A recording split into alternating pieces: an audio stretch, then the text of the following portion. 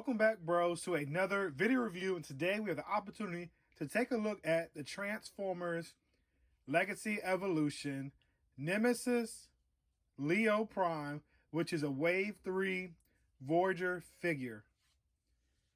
So for the contents, this is what we get inside. We get the figure itself, the instruction manual, and we get 6 accessories. So here we are taking a closer look at Nemesis Leo Prime, and he is fully accessorized. Just check out the details on this figure. Check out the 2 shoulder pads on his robot mode. You got the lion's head, the lion's mane. They tried to highlight the hair of a lion. Not only that, you got the backside of a lion where it's kind of smooth, kind of gives you that leathery appearance. Check out the head detail. It's mainly that matte black. Then with the charcoal accents for the mouth guard and also the crest. Check out his turquoise blue eyes that keeps with the same paint color scheme throughout the figure. He's got the charcoal thighs and then the dark charcoal or almost matte black feet, which is also with the turquoise claws. Man, this figure looks good in my opinion, and I definitely like how it turned out. It's just like buying black Air Force Ones, man.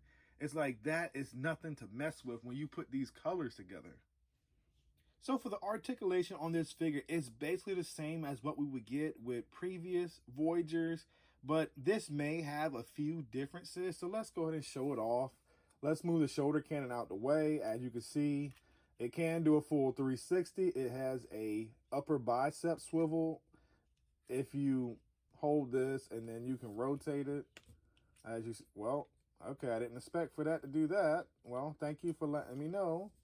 It has a 90-degree bend. The wrist can rotate. Oh no, the wrist can't rotate. Wow, okay, I didn't expect that. Well, the leg kicks up this high. It definitely bends 90 degrees. You can get it bend another way, but that's because of the lion mode. The foot is on a rocker, so it rocks in and it comes back to the regular standing position. It can kick out that far. It can kick out this far because of the joint right here in the thigh. So with that being said, we also, do we have a waist swivel? Yes, we do have a waist swivel, so that's pretty good. And then we also have a ball joint where Prime can look up that far and look down that far, and of course it swivels right and left, so you don't have any hindering with that because that is standard to all Voyager size figures. So let's go ahead and continue and check out the comparisons. So here we are for comparisons, and I had to do it like this to represent all the classes that Hasbro has given us of the figures lately that they have released. So here we are taking a look at starting with a core class figure, and we have Rat Trap. Then we have a deluxe class figure in Cheetor, and then we have a Voyager size class figure in Grimlock, and then the leader class with the Target exclusive T-Rex. And as you can see right here, I feel that the scale is just darn near perfect, and I like the way it turned out, just so you can see how he compares to some of the figures that we have in our past. Here we are for the last comparison. Yes, it is a sea of red surrounding Nemesis Leo Prime, but it wasn't done on purpose.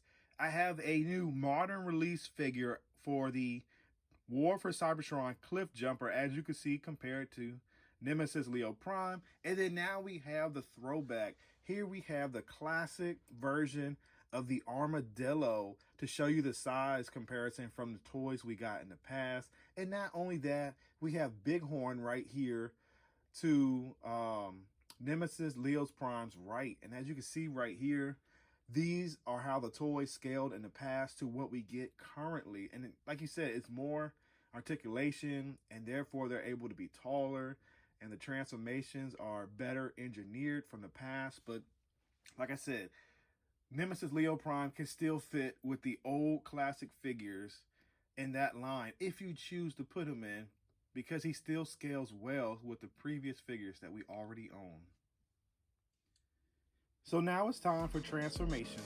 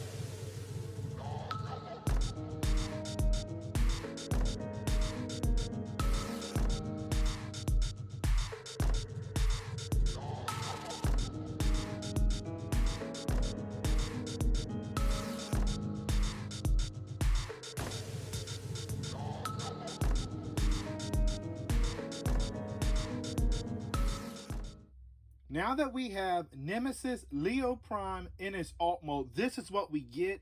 And I must say, this to me is a gorgeous lion representation. Just looking at the way the skin looks, it looks like he has smooth hair all over his body. It compresses very tight. Not a lot of gappage, as you can see. Checking out the front for the head sculpt, it looks good. And we have an articulated mouth, which is awesome. This lion definitely reminds me of Mufasa from Lion King, from when Simba took him on to take the kingdom back from his father. This thing looks good, man. I definitely like the way it turned out, especially in this matte black and also this charcoal gray with the turquoise claws on this figure.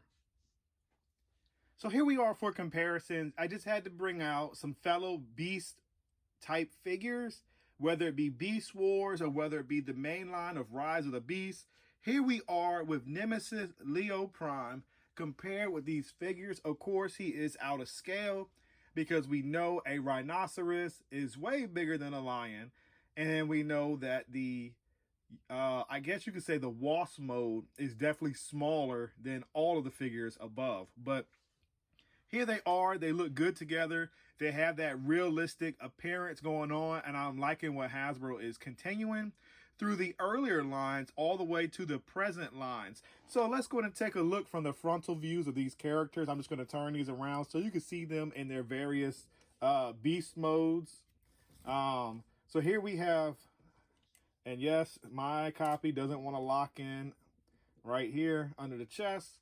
So here we have all four figures looking good from the Beast Wars era or the Rise of the Beast.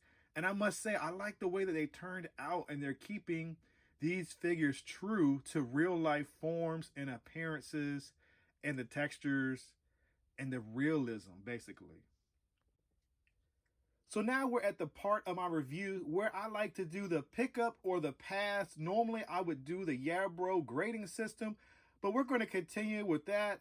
And I just want to share my opinions and thoughts, basically the pros and the cons on this figure, to inform you before you make your purchase so you can decide if this is a worthy figure to add to your collection. So for me, to be honest, telling you the truth up front, I do believe that this is a pickup in my opinion, especially if you like the previous release of the Leo Prime figure that we got, I believe in Wave 1. Here we have it in Wave 3 as the Nemesis version, and to me, this charcoal on black is just incredible. I like the color scheme on this figure. Yes, it is a remode, but I do not have really any issues with my figure. Just maybe if I want to nitpick, the robot arms are a little looser than I want to be, but that's okay. That's fixable with some floor polish or nail polish, clear coating if I want to go ahead and do that.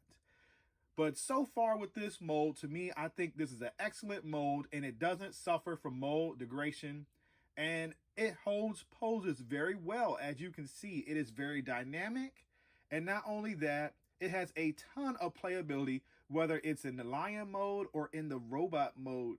In addition, you saw that it can hold blast effects and store its weapons along the head of the lion, and it just makes this figure 10 times more enjoyable in my opinion. So yes, it is a pickup in my opinion. So if you're interested in picking up a copy of this figure, I got my copy from GameStop, my local GameStop, and the figure cost me $34.99 plus taxes. As always, please like, comment, share, and subscribe. By doing these 4 actions, it shows my channel a tremendous amount of support, and not only that, positive feedback to continue to help my channel to grow. Thank you once again for spending your time watching my video, and until next time, yeah bro, I'll see you soon.